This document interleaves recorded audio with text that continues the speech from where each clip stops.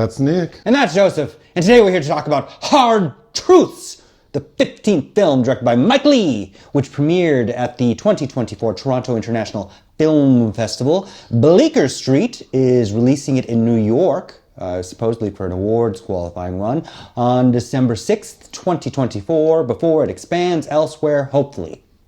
Do I know a Mike Leigh film? You do.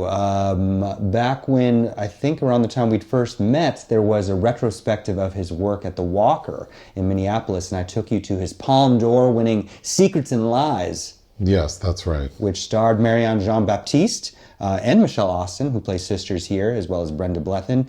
I don't know that you've seen any other of his works, but he's quite prolific.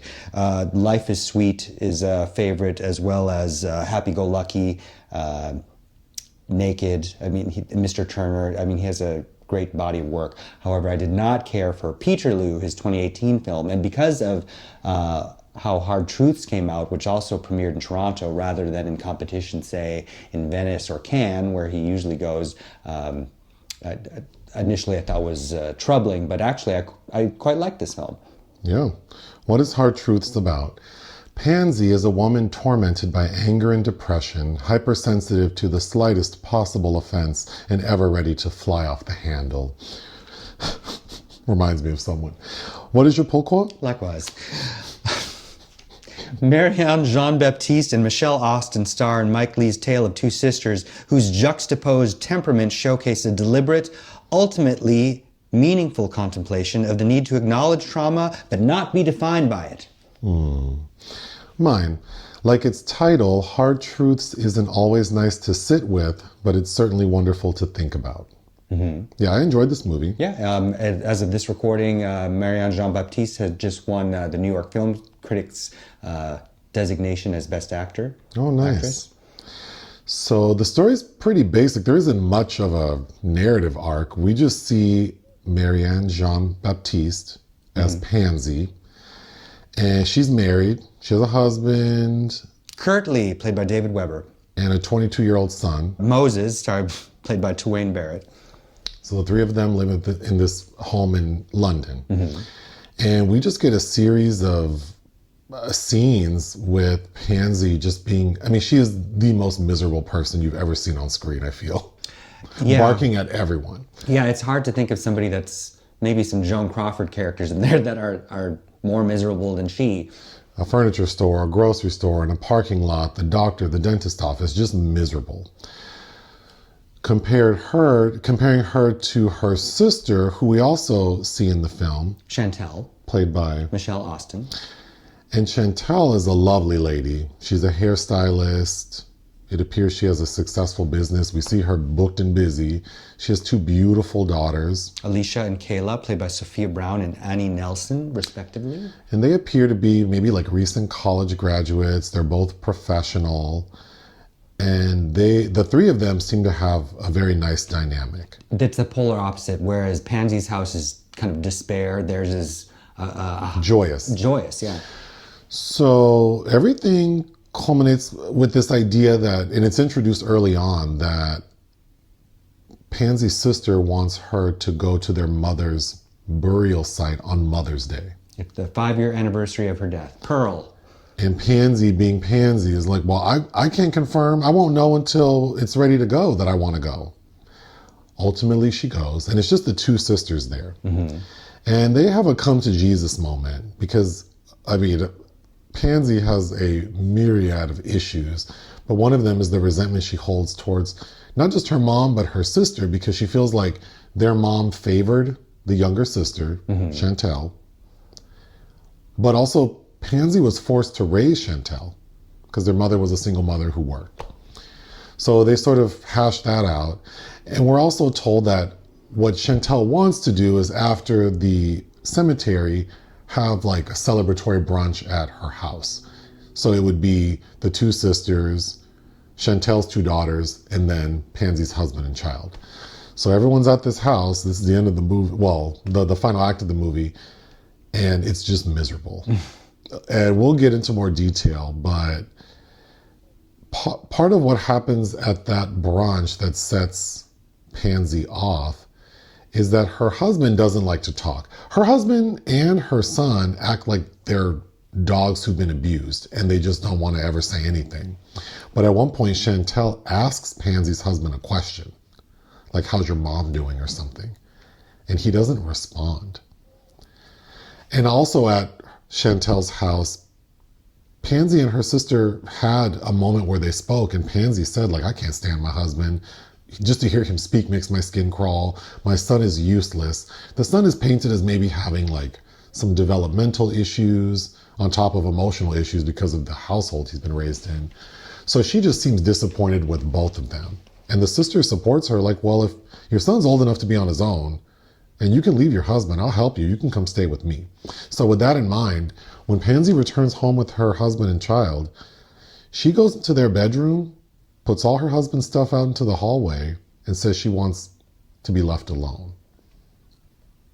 And they don't communicate, which we'll get more into, how detrimental it is not to speak truthfully. But that night he sleeps on the couch. The next day he goes to work and hurts himself. So his assistant brings him back home. Virgil. Played by Jonathan Livingstone. And Virgil tells Pansy, like, young man is downstairs hurt. You need to go tend to him. And she doesn't take kindly to this man in her house who she doesn't like. Mm-hmm. But the final shot of the film is the husband sitting downstairs at the kitchen table with a hurt back and Pansy in the bedroom, and they're both stuck. Yeah, they're both kind of paralyzed, stuck in place, not speaking. And the film just ends. We see Virgil ride off on his bike. Like, this was really interesting to talk about. I will say the first hour of the film, for the first 45 minutes, I was really thrown off because Pansy is comically miserable. Mm-hmm. And so I saw it at the AFI Film Festival. This is my second viewing. And I think the opening, especially like the first 10 minutes, feels abnormally clunky, as if Mike Leigh's usual style of improvisation with his cast wasn't quite structured correctly, because it's kind of an odd tonality, because as we've been talking afterwards, like it's comical, but Pansy's problems and Baptiste's performance run so deep that it's really uncomfortable, like laughing. And there are moments where you can't help but laugh. Right. I would love for the DSM ladies to review this movie, because I need a professional's opinion. I think that's the problem with the first 45 minutes, is that if, like you said, if Marianne Jean-Baptiste is sort of improvising some of her behavior, while she does a fabulous job in the performance, I think the actual storyline of this character feels like she's just a little too sick in the head, which are her words, to even function. And so I think we need some context. I don't know how this lady, she drives a car, she goes to the store, she does shopping, she's able to interact with people. She's just venomous. She is, but I think a lot of people normalize that, because she reminded me of many people that I've come across in life, and probably including my maternal grandmother, and just the way that she's vocalizing how she feels about her life is, you're in this marriage to this man you don't love because you were scared. And I think there are some universal aspects to her, though. I agree with you. I'm just saying that I think her condition is so severe that I would imagine it'd be debilitating, but she doesn't seem to be hindered by it. She's able to function. But she kind of is. She's doing the bare necessities, if you think about it. Well, that's true, because she has a doctor's appointment, and her normal doctor is not there. So she's pretty vile towards the other doctor, and they have to stop the exam. Mm-hmm. So presumably, Pansy didn't accomplish anything at the doctor's appointment that day. Then she goes to the dentist, and the dentist is being lovely and professional, and Pansy's being comically awful. And then the dentist says, you know what, if you're not happy here, you are more than welcome to find another dentist. Mm-hmm. So you're right. It is debilitating to a degree, because she didn't get her to a point. She also goes to a furniture store and is so rude to that woman. Oh, yeah. And then ends up scurrying away because Pansy demands to speak to the manager. And the employee says, I'm happy to get my manager for you. And as soon as the employee walks away to get the manager, Pansy scurries out of the building. Well, the hard truth about Pansy is that she's acting out due to her own unhappiness, but there's also a really bleak, I think Mike Leigh's first films called Bleak Moments, there's this really bleak passive streak to her as well. Yeah, and I would imagine she's afraid of confrontation. Strangely. And yeah, see, this is why I would like a professional to view this movie, because there's a moment, I believe it's after the furniture store, she's in the parking lot. And it's a busy parking lot, so people are waiting for spots. And a man pulls up in a comically raggedy car and is honking at her like, are you gonna move? And she's not paying attention. He gets out of the car, which felt so unrealistic, and starts yelling at her like, hey, are you gonna get out of the spot? And then they start arguing back and forth. And I just thought, like, I don't know that, and again, I'm not a mental health professional, but it just seems like someone who's so paranoid would have a hard time even leaving the house, and then certainly wouldn't be able to go toe-to-toe with someone, because she's being equally as nasty to him as he is to her. Because they're talking about how you probably need to get laid, and she's like, well, your balls are so backed up, probably backed up that you're choking on them. And it's like, but then we also hear her being very like judgmental of her nieces because they show their bellies, and the furniture store lady, like, you know, is like a nice looking lady with a fitted shirt, so her breasts are visible, and Pansy makes a comment about that. It just doesn't seem like this woman, like this character of Pansy, all those boxes can't be checked and she still behaved this way, is what I would question. Sure, but you know, contextually, people, depending on how they think they have power in a situation. So that's why I'm asking for context. Might determine that. Yeah, because we don't know what Pansy, so Pansy's son's 22. The actor playing her, to me, looks like she's 60 at least. So it's like, well, you probably had this kid later in life. She's definitely not in her 40s. So then I question, like, well, what were you doing in your 20s? Like, did you have a job? Did you go to college? She sounds intelligent. Yeah, we don't know if she's retired or on disability because of her myriad of ailments. And if she did marry her husband in her 30s, or like, did she marry him very young and then didn't have a kid till much later? I think there are things that would be very helpful. Sure. So that's what I mean. But I think we get enough to determine that this is just a almost hopelessly toxic household.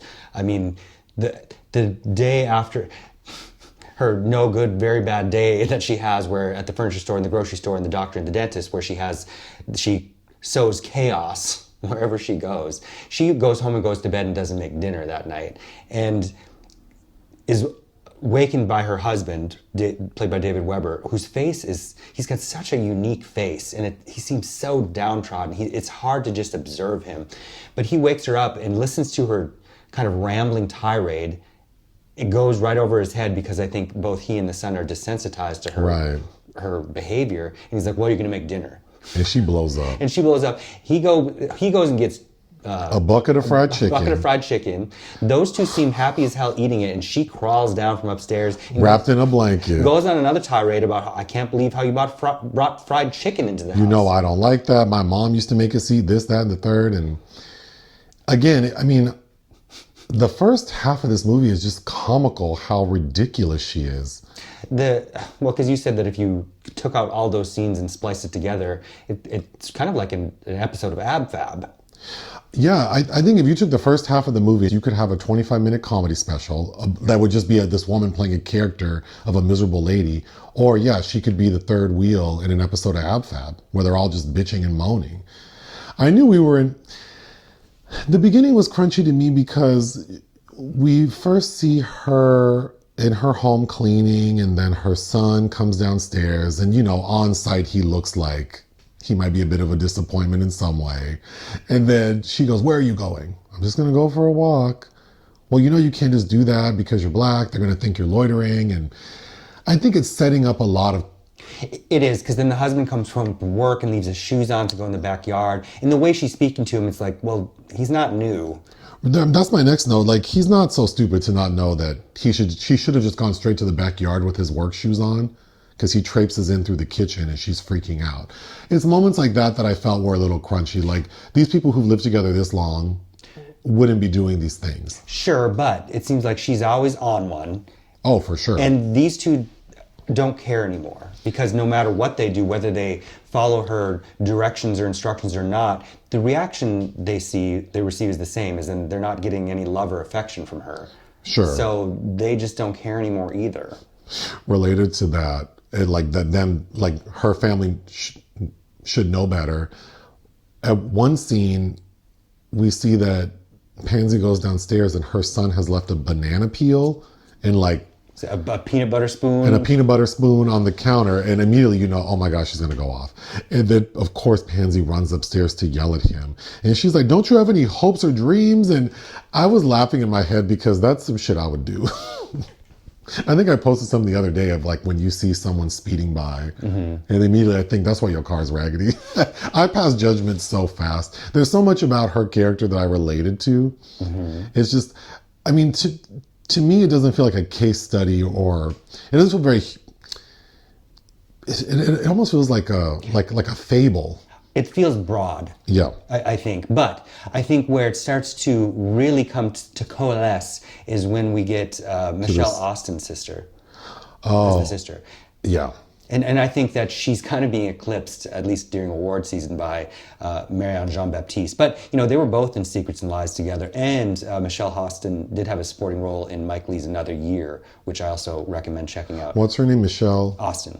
I think she deserves critical recognition because I thought she was so good as the sister and shows more range. Well, it's, you know, I think we take the presentation of happiness for granted, as in because it's not over the top. It seems like it's not work, perhaps. It takes a lot of skill. I'm not an actor, but I would imagine it takes a lot of skill to react to someone being so vile in a way that felt genuine. And I'm only saying that because I know what it's like in real life to have to keep it together dealing with someone who's vile. So I just think that actor did a phenomenal, I mean, don't you agree? Like the way she's able to balance this character who's very, I mean, Pansy's one note. She's just hollering the entire movie.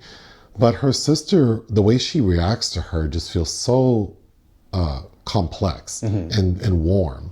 It's kind of like these two sisters are like the extremes of Mike Leigh mashed together, like Naked versus Happy-Go-Lucky, which those two lead characters in those feel like polar opposites. And award season also reflected, like David Thewlis got a lot of acclaim, while Sally Hawkins strangely didn't get an Oscar nod for that role. But I think we discount joy, kind of like we do the art of comedy as it is. Yeah. You know, there are a lot of themes and hard truths in this film, but I think one main one is the comparison between the two sisters and that Pansy's miserable. And we see that her family, her husband and son, reflect that. They're scared, quiet, numb. Then you have Chantelle, who is a single mother and has two beautiful daughters who seem to adore their mother, which would indicate that she did a fine job raising them. Chantelle would, I'm assuming, based on her career as a hairdresser, supported her daughters with that, which is hard work, I know. And then her daughters, we see, are also quite joyous. And we get a scene with each daughter at their respective jobs, and both of them have a really shitty, bad, no good day at work. Kind of, yeah. Right? Yeah. And then they meet up after work for drinks. And it's like they're able to just brush it off and they're enjoying each other's company and laughing, even though they had a rough day. And both of them sort of play off their rough day. Like it wasn't that big of a deal. They do. And one sister's working like product development at this company, and she's pitching an idea about coconut-free products, and the white woman that she's pitching it to, played by Samantha Spiro from Sex Education, the reaction that white woman has to her is pretty shocking. It's pretty shocking, but like negative. But in that way that I'm so disappointed. And then when she gets up to leave, like, but good job. And then the other sister, it appears her superior is a black woman. Yeah. And she handles her very differently. Still not the news that the daughter wanted to hear, that she had messed up something at work, but the way her boss handled her was more respectful. So that's an interesting dynamic as well. And when they meet together, though, the sister that had Aleisha, that had the bad day, that kind of had the more confrontational interaction with this woman, she does soften the blow. She lies about it. She does. It's not a truth. She says, "Oh, it went well. It was fine." But I think that what that represents, because we hear Chantelle, the mother of the two daughters, say at a point, like, you have to be kind to people to get kindness back. And so clearly she's raised her daughters to be positive and to, you know, when you fall down, get back up. And so it's just such an obvious disparity in the two sisters. But I think as a hard truth, like, you kind of get what you put out there. Yeah, and Pansy is she's unable to give love and therefore unable to receive it. Right. So it's going to take something jarring to make her reset. And it's frustrating because Pansy mentions more than a few times that she's ill or sick, and she's, you know, kind of gesticulating in a way that would make you think that she's saying she's sick in the head. And it made me very sad for her, that because I can also relate to knowing that I don't feel quite right, and it's just like I don't know what to do and I don't know how to say it. And you know, maybe for some of us it's like, well, you don't want to say it because you don't want to seem difficult, and then you have this character Pansy who's like, she has no sense of dialing it down. No, or it refuses to do so. And how exhausting that is for the people around you to deal with. And I think, again, Chantelle, that character, especially if, I mean, I don't know how much of that characterization was improvised, but it's pretty amazing how patient Chantelle is with Pansy. Poor Moses. Oh, yeah. Because not only is his mother very, like, she's abusive in that way that's like just like unrelentingly judgmental. She's henpecking. Yes. It's relentless. But then we also find out that the dad is also disappointed in him. He thinks that he's like dumb, and that's why he doesn't let him work with him. That's why the dad has like a different guy, Virgil, as his assistant. So it's, you know, this poor kid doesn't stand a chance, and we see that he just goes for, he's 22, he reads books that seem like they're for children. Like that's picture books about planes. Yeah. So I'm assuming he's, you know, probably a vulnerable adult at this point, and he likes to go for walks. We see him get bullied once. From kids that he used to go to school with, yeah. Although in the end, we do see that. Okay, so there are two, again, I've seen it twice. In both of these scenes, I had kind of an emotional response to in the exact same moments, but that was one of them. And it reminded me of kind of like the 180 of the final shot of Michael Haneke's Cachet, where you see from a distance these two teenagers meeting up and we don't know what they're saying, which has a profound effect in that film. As it does here, he's sitting at this fountain, Moses, and this young woman sits near him, takes out some candy, and gives him a piece. And we don't hear what they're saying, but clearly she's motioning, can I sit closer to you? And they're just kind of corresponding. And it's really nice. Well, the benefit of kindness, especially to someone who doesn't receive it, is profound. Randomly, yeah. The other scene that I think, it's during the Mother's Day brunch in Chantelle's apartment, where previously Pansy had been bitching about how I've never gotten a Mother's Day gift since Moses was 5, and a teacher made him do that. And we learned that that morning he'd gone out to get her flowers and they're waiting for her at home. And she starts laughing, but in that kind of hysterical way that makes everybody really uneasy. And she segues from laughing to sobbing. And the only person that comforts her is her sister. Okay, I do have to say that scene was a little disappointing, not because of the performances, but because of the editing. Okay. Because I wish we would have seen, like, that would have been the perfect opportunity to just, like, stick with that one shot of her. Like, I'm assuming that they wanted the reaction shots. Right, and I think it would have been so much more impactful if we just would have stayed on Marianne laughing and then transitioning into crying. And then we cut to her sister, who's, like you said, the only one to comfort her. And then the two nieces seemingly alarmed, while Pansy's son and husband are just kind of glaring off. They're not even looking at her. No, well, you know, and it's interesting because, again, there's so many hard truths. Like, you know, when you beat people down to a point, it's like you force them not to care anymore. They're not going to give you what you need because you haven't let them anyway. But I think Marianne Jean-Baptiste in that scene is really good. The scene that I think I got most emotional with is at the cemetery.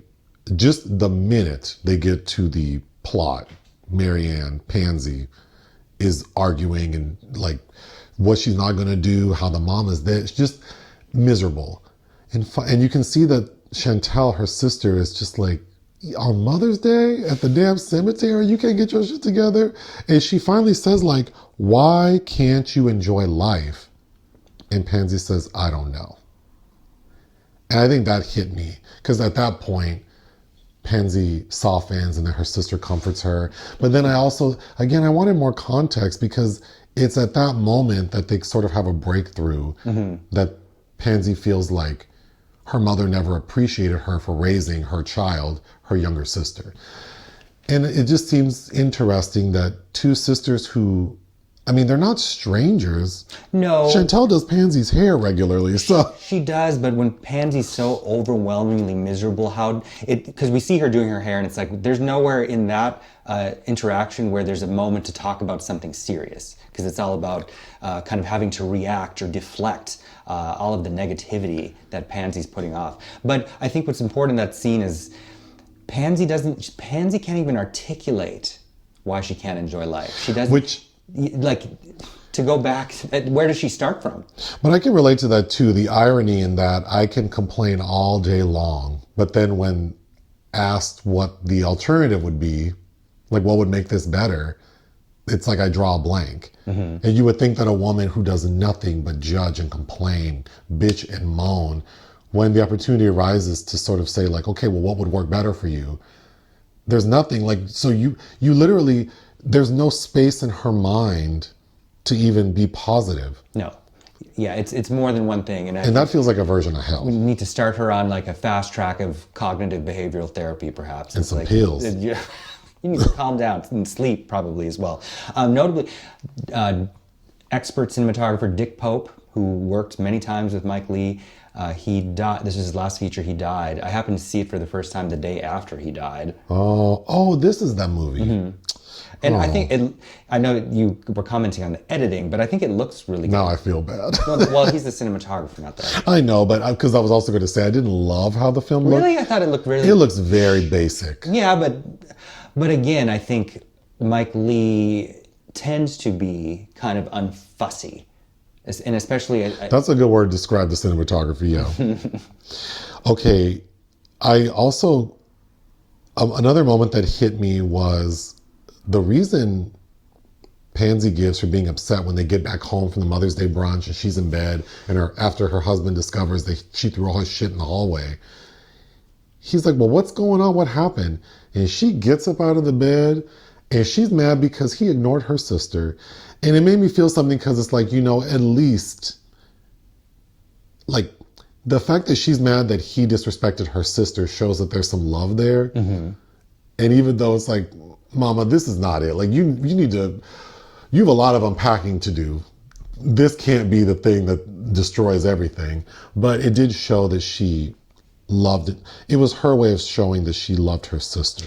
Yes, and I think her passivity, though, underneath that is showing that she kind of does care about the relationship somehow, because she doesn't say, get your ass out of here. I want a divorce. She doesn't say that. She just she puts his stuff right outside the bedroom door in the hallway and then just says, I don't want you in the bedroom. I'm trying to sleep. It's like, and then he doesn't want to leave. So she gets up, runs downstairs and just starts fiddling with things and puts the flowers her son got her in a vase. And then goes back upstairs when her husband comes down. But that's a struggle to put them in there too. It is.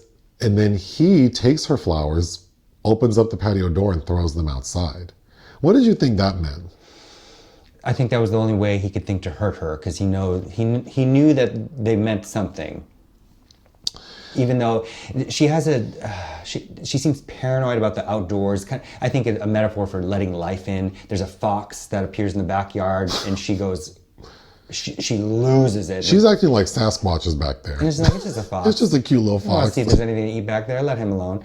And even when Chantelle says, you could stay the night here, and she's like, oh, you have all those plants outside, that means bugs are going to get in here. She's afraid of contamination, and I think that's all a metaphor for like letting anything in.